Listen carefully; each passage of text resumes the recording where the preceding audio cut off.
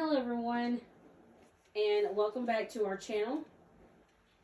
It's been a long week since I've posted a video or attempted to record reading a chapter from our March challenge. I was dealing with a really bad sickness once again, and I'm finally able or feeling up to reading, in all honesty. So I have a lot to read. I've missed about a total of 8 chapters. So that's going to put us at... Hold on, I'm pulling up the chapter now. That's going to put us at about chapter 17. And that's going to be page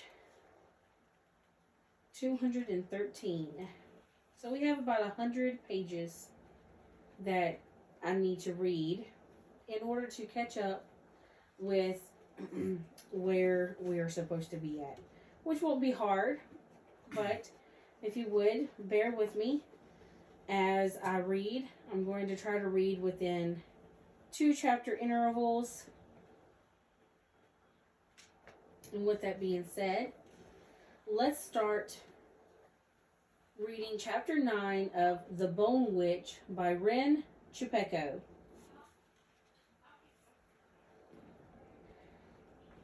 He had grown a few more inches since I had last seen him, and his hair was longer now, curled at the nape of his neck, but his eyes were still the same bright emeralds, and his face still maintained the solemn bearing, even though he stood smiling to greet us. His hourglass was just as I remembered, and its encasings engraved with his royal seal, and still that pristine, flawless rose red. He was not alone. Another boy lounged at the end of the table, and 3 girls sat around him, settled among the cushions. One of them had a hand on Prince Cance's arm, which she relinquished with some reluctance when he stood. She was tall and willowy, fair where the other 2 girls were dark. She wore a lovely chiffon gown that highlighted her heart's glass, which looked like it had been made from inlaid gold and pink alexandrite. Her eyes were vivid blue, though the look she sent our way was as hard as diamonds. "I hope we haven't kept you waiting, Your Majesty," Zoya apologized, playful and coy. She gilded in to take the empty seat beside him. "I'm sorry, but I have the strangest feeling that we've met before." Prince Cance was staring at me with a puzzled smile. The blue-eyed girl had re-established her hold on his arm, ignoring Zoya. "Why, Your Majesty," one of the Asha declared, fluttering her eyelashes at him. "What a thing to say! Here we are, and yet you barely spare the rest of us a glance or even a word of greeting. I mean no disrespect, Yonce, but I don't think I've met her at any of the Chakahana here before, which makes her familiarity even more puzzling." "One Asha is the same as all the others," said the blue-eyed girl with the death grip on his hand, her obvious disinterest a visible fog that clung to her shoulders. "Why even bother with learning their names, Cance? There'll be a new set next week with the same faces and dresses." The smiles of the other Asha broadened. Zoya's even managed to look pityingly. "To understand Asha is a mark of one's understanding of foreign affairs." The sincerity and gentleness in her voice nearly fooled me. "I would be happy to help you improve your education on such matters if you would like, Princess Maeve." The girl scowled. Prince Cance snapped his fingers. "I remember. Weren't you in Neve last spring with Lady Michaela during her Heart's Glass ceremony? Tea, isn't it? I'm quite sure of it." He remembered my name. "You're welcome, Your Majesty," Zoya said demutely. At his puzzled expression, she continued, "I heard that the newest recruit of the Valerian was of Odalia, and since You were friends with Lady Michaela. I thought it would be nice for you to see a familiar face from home while you were staying in Coin. I'm recording.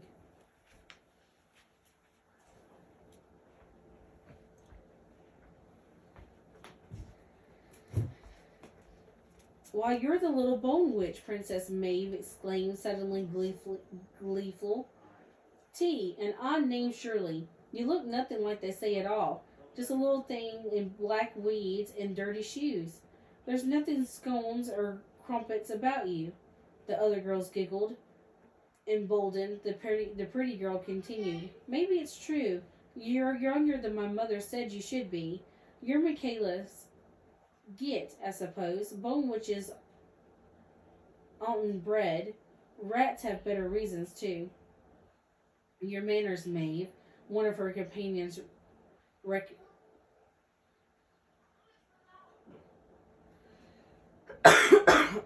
excuse me, remonstrated, a pretty doe-eyed girl. The yellow-haired princess laughed. Why should I, Leah? Nasty gits, bone witches. The older one is who they call Michaela, isn't she? She looks too young to be anything, though. I suppose even witches were young once. Lady T was a new apprentice when I left Neve. I may not know much about the Willows, but I know not even your finest Asha could have risen through the ranks so quickly. The prince gestured to me to sit, and I did so with relief, afraid that my shaking knees might give me away. My headache had only increased since stepping into the room. Tell me the truth, Lady T. Are these girls playing a trick on you? I tried to work through the logic in my head. I could appeal to the prince for help, but that would put me in more trouble in the long run. The last thing I wanted was punishment worse than cleaning the outhouses. My sisters were kind enough to make an exception for me for this one night, as a favor to your majesty, I said, hoping I sounded meek enough for Zoya's satisfactions. The room tilted, and I shut my eyes briefly. Lady Shadi was slimmer than I was, and her hua must have been tighter than I had thought. A snort sounded from one end of the room. Prince Kance's lone male companion didn't bother to rise from his seat to greet us when the prince did. He was a year or so older than him, was dressed in a somber black from head to toe, and still gave off the impression of wearing chainmail despite being garbed in expensive silk. His brown eyes regarded me with suspicion. Knowing what I know about Lady Zoya, I think that unlikely. Zoya lifted a hand to her chest, pretending to show of dismay. Oh, Lord Kalen, I distraught but your low opinion of me.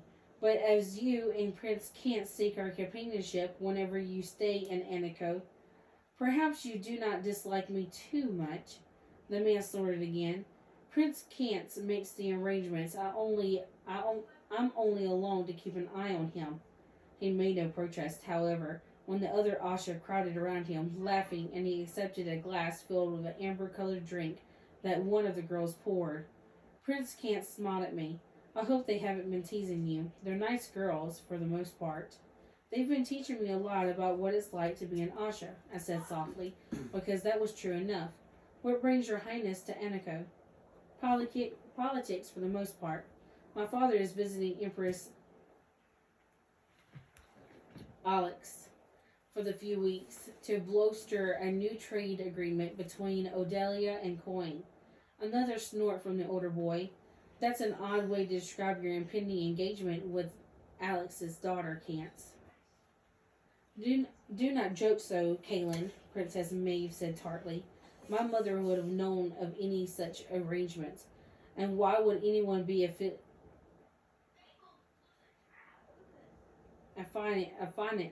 to the coin strumpet? Princess, Prince Kance. Child.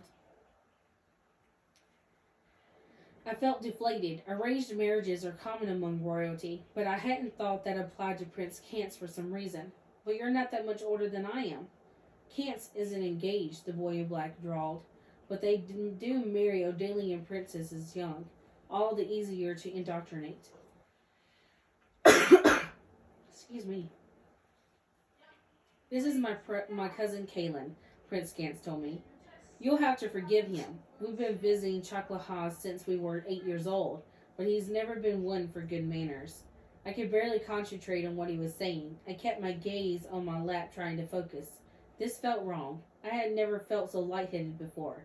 Had Zoya or one of her friends done something to me? I don't see the importance of good manners the way Asha seemed to, Kaylin said. People respond to show of force, not to etiquette. Your Asha are powerful in your own right. I don't see why you have to wrap it up in pretty clothes and dancing. People don't kowtow to me because I know what type of spoon to use with my stew. You're a man, Kaylin, Zoila laughed. Or rather, you are the type of man who has little patience for for intrigue, and so you dismiss it and think others should do the same.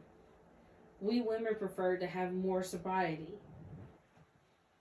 No one should ever need to feel offended just because you're getting what we want, less of a mess on the furniture, for instance.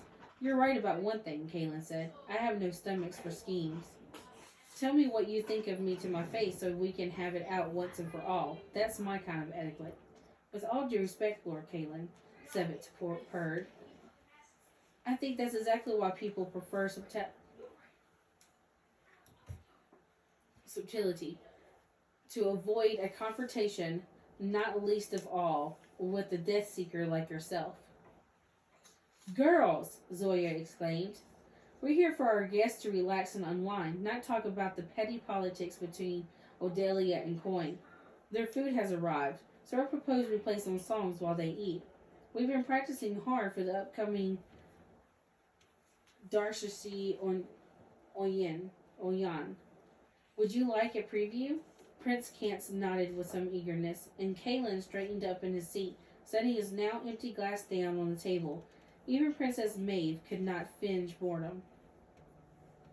One of the other falling leaf attendants arrived, laden with trays of food, 5 kinds of soft cheeses, fresh flatbreads, stuffed vegetables, steamed and spicy sauces, a fancy legume stew called ash, and zabzi polo rice with chopped herbs and trout. They all smelled good, but I was too distracted to appreciate them. Zoya, as usual, took the lead. She yielded before the 2 noblemen, her head lifted in the air, and waited for some unspoken signal. 4 other girls took their positions behind her, copying her movements. 2 more Asha took up the corner of the room, strumming at steers. As one, they began to play a slow, almost mournful melody. Zoya moved. Her sleeves lifted and fell as she pivoted on one heel and began a series of complex moves, and I felt my breath catch in my throat. The pain in my head forgotten for a moment. There was something haunting about the way she turned her head, as if she were filled with an inconceivable sadness that lent gravity and a sense of genuine melancholy to her dancing. She pivoted across the room, and the long robes that clung to her became less of an impediment and more of an emphasis. A weapon by which she could direct her energy, and every step she took appeared effortless. As much as I disliked the Asha, I felt like I could forgive her in those minutes when she danced, if only for a chance she gave me to see something so magnificent. It was only when they were halfway through the routine did I notice the spell she was weaving. Zoya was expertly sketching out a rune in the air without taking a break from her dancing, and so the act of drawing the rune looked like a natural part of the parcel of her choreography. It blazed out before us, the symbol perfect and flawless, and so heavy in size that it stood as big as she was. Zoya's fingers made a minute, almost inconsequential flick, and one by one tiny flames sputtered up from nothing, dancing in the air in silent accompaniment. I clapped my hands to my mouth to swallow my gasp. Everyone else had left their food untouched on their plates, mesmerized by the Asha's performance. A mixture of grudging appreciation and envy painted the girls' faces. Kaylin leaned forward, eyes intent, and Prince Kantz, the admiring way he looked at Zoya made my heart glass flicker in pained response. I wanted to dance like her. I was captivated by her grace, by her fluid movements, by the way the series of small steps and hand gestures can make someone look so beautiful. And I, too, was selfish. I wanted Prince Cance to look at me the way he was looking at the dancing Asha. Zoya ended with a graceful flourish, one hand raised, the hem of her dress swishing forward as she performed her final steps. She held the pose for a few seconds and then giggled, breaking the silence. She clapped her hands and the Asha behind her bowed. Prince Cance and his friends applauded. Princess Maeve scowled again. My headache returned. That was breathtaking, Zoya, Kaelin said, reluctant admiration in his voice. I have to agree, Prince Cance added. I have seen Asha perform many times, but yours put many of them to shame. The Asha smiled at him. Thank you, your highness. And I sense, Lord Kaelin, that for all of your distaste of this subtle, this is the one exception about Asha that you do appreciate. You must try the sabzi polo, my lords. It's the falling leaf specialty, and the cook will be disappointed if it goes untasted. It's almost a wonder that they did not give you a roll of dancing wind and the Rashi Yonyan. Honey dripped from Princess Maeve's voice. Zoya's smile disappeared abruptly. How did you know that? My mother is an avid fan of the performances, and she makes it a point to attend every year, Maeve shrugged. The role you are to play is, let's see, that of falling tears, isn't it? A subordinate role to the main lead, an adequate performance, but it must be shocking to know that there are better dancers than you. Let me recall. Why, it's Lady Shadi of the Valerians cast as Dancing Wind. She must be brilliant if she can beat even full-fledged Asha for the role, even before her official debut. Unfortunately, to be the most accomplished dancer does not guarantee one a starring role in the Darashi Union. There is more of the subtle politics at play here that Lord Kaelin despises. And the houses have decided on Shadi. Zoya shot me a nasty grin. Isn't that right, T? The Valerian is known for its dancers, isn't it? Would you like to see how my dancing fares with House Valerian, Lord Kaelin? Lady Shadi isn't here. I'm sure her apprentice would be more than adequate for the task. I felt cold all over. Zoya gestured towards me, her lips wide and her eyes glittering. But isn't T still a novice? Prince Cance protested. I'm afraid dancing is still a bit over her head. I've never seen an Asha with such two left feet. Now she'll play a simple enough song on her sitar called the River Dance, which is the first song we learn. All novelties known the melody by heart. She would not be worth her salt as a budding Asha if she makes a mess of even that. Some of her friends looked less certain. It was one thing to dress up in who I pretend to be an Asha. It was another to force one to prove it. I'm not so sure about this, Zoya, Savita said uneasily. I am very sure, Zoya snapped. Come on, T. It wouldn't do to embarrass me in front of your noble guest, wouldn't it? She came prepared enough to bring an instrument to play. Grabbing my arm, she led me, stumbling and still clutching Lady Shadi's sitar, to sit in front of all the guests. I sank down onto the floor and tried to fold my legs underneath me. My mind was a blank. The pounding in my head had worsened, and I was no longer sure it was because Lady Shadi's hua was tight on me. Well, Zoya urged, what are you waiting for? Lady Zoya, I mumbled, I don't feel well. She doesn't look very good, Zoya, Prince Cance said. I think we ought to let her rest. Absolutely not, the Asha said firmly. We are taught to perform even when it greatly inconveniences us. If she doesn't learn how to get through a little sickness, then she won't be of much good as an Asha. Come on, T. Here, let me help you. She sat down beside me and tried to guide my fingers to the strings. She was having difficulty because I was shaking.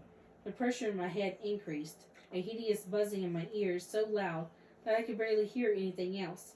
Let go, I thought. I heard something whisper. What a disappointment you must be for your mother, Lady Princess Maeve said, and I thought Lady Michaela could get me. would get Lady Michaela's get would be more impressive. She isn't Lady Michaela's daughter, Prince Cance reminded her. Mom said the Odalian bone witch has no heart glass, one of the other girls interjected. But why not? Another asked. The princess laughed. Because she gave her heart away. Take a bone witch's heart and you take most of her powers. That's what happened to the Odalian witch. Gave her heart and paid for it, crying and bleeding in the dust. Don't you dare talk about Lady Michaela that way. Sudden anger seized me, and the furry pulled and prodded at the growing pain in my head, like someone had taken a hammer to my skull. I felt my heart's glass change to the color of soured milk. Why not? Is what happened, the girl taunted. It was a scandal, it was. Even Princess Narcelia knows it, and her kingdom's all the way up in Stranger's Peak. Your mother gave her heart away, and King Vanner took her powers just as she deserved. She can't raise the dead the way she used to anymore, or curse people even. The more Devea she summons, the faster she'll die. She'll spend the rest of her days drawing hearts for children's amusement, and be good for nothing else until the day she falls into her own grave. Her words whirled around me like a hurricane. It explained so many things. The king's easy acceptance of Michaela, and his insistence that we be treated well. Bone witches weren't welcomed in many kingdoms, but if they grew weaker with every dark rune they drew, because they no longer had a heart's glass to draw strength from, then people can afford to be magnanimous. And Lady Michaela had kept it hidden from me all these months. They all had. I'm bored with all this dancing and sitar playing. Witches get or not, she would have powers of her own, wouldn't she? Do you, little girl? Come, show us your stuff. Your Highness, Yonok spoke up alarmed. I don't think that's such a good idea. And why not? Surely the queen of this decrepit little kingdom wouldn't go as far as to allow bone witches to slum at her doors when they are entertained with their, so that they can entertain with their magic. King Telemaine's only soft on her because she reminds him of his dead brother. You mustn't talk that way, Maeve. I clutched at my head, the blood roaring through. Please, I gasped, fingernails digging into my temples. There was an unbelievable pressure there. An elephant settled onto the weight of my brain, demanding escape. Prince Cance was on the ground beside me in an instant, holding my shoulders. Are you all right, T? What's wrong? Let go. With a strength I didn't know I possessed, I pushed at the immensity of the crushing force with my mind. I let go. Something snapped inside me and coiled spring, finding release. The girls paused in their bickering to stare at the large crack that appeared on the wall, and lines zigzagging and growing as they watched. It crumbled, and hordes of skeletal rats came scampering out. A bony, tail-flicking mass filled the room and overrunning the carpet. Screaming, the girls stumbled over each other to get out of their way. Several more, Princess Maeve included, fled. I felt a pair of arms encircling as both Prince Cance and Lord Kalen dragged me up onto the table, out of the rodent's path. And then the floor splintered, and a thin, bony hand reached up from beneath. The figure that pulled itself up through the hole was nothing more than the skeleton with rags that clung to bits of its frame. The always grinning skeleton leering up at me. The sight of that and the other smaller, gleaming skulls skulting out into the corridor, where more screams and shouts greeted the swarm, were the last things I remembered. She paused. Bones creaked in the wind above us. I thought I would be expelled from the willows for that. To put on another's hoo-ah was reprehensible enough. To attend to an important guest pretending to be an Asha is even worse. But to release a horde of undead from one of the most popular Chakahan and Aniko, other people had been thrown in prison for lesser offenses. This time her movements were deliberate. She circled the massive skeleton, heedless of the mud and wet sand that swirled around her ankles and the hem of her hua. I could not see the runes she made in the air with her fingers, but her gestures suggested that they were larger than the beast's jaw. A chill settled among us. Rise, the girl commanded. The topaz-colored bezoar in her hand broke apart in response, dissolving, and the skeleton moved. I staggered back, horrified, as something unseen wrapped around the desolated limbs and took form, muscles and tendons and skin forming around the joints before my very eyes. The creature shuddered and sighed and rose from the sand. At first it resembled a gigantic skinless animal, and I could see the blood bubbling through its veins. But the spell continued its curse, and the skin formed up along the pink sinews to become a rough, leathery hide. The Devea shook itself free and rumbled, its tongue unfurled, saliva dripping into the ground, the sand it landed on dissolving into acid. Its red and silver striped eyes looked back at me, and it cooed. The girl lifted her hand, and I saw something swirl into focus before her. The magic congealed and sprouted a shape. It was a heart without a heart's glass, as black as shadows, as bright as stars. It was solidified enough that she could reach out and take it from the air, though it continued to shift and twist, never staying in one shape for long. She plucked the shining jewel from the air and pushed it into her own heart's glass. The light blinded me, and I had to shield my eyes from the sudden glare. The girl remained steady on her feet, the Tavari by her side. Her waist wrap had shifted, and on her uwa's embroidery, I saw a second dragon's head look out from where it had previously been hidden, followed by another. Don't worry, it won't bite. I scrambled back anyway. The girl placed a hand against its muzzle, and the creature actually purred. It regarded me with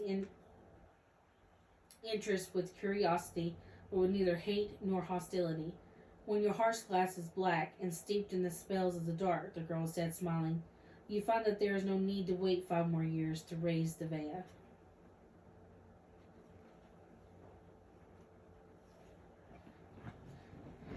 And that was the end of chapter 9. I'm going to end this first video here, and I will start chapter 10 in the next one.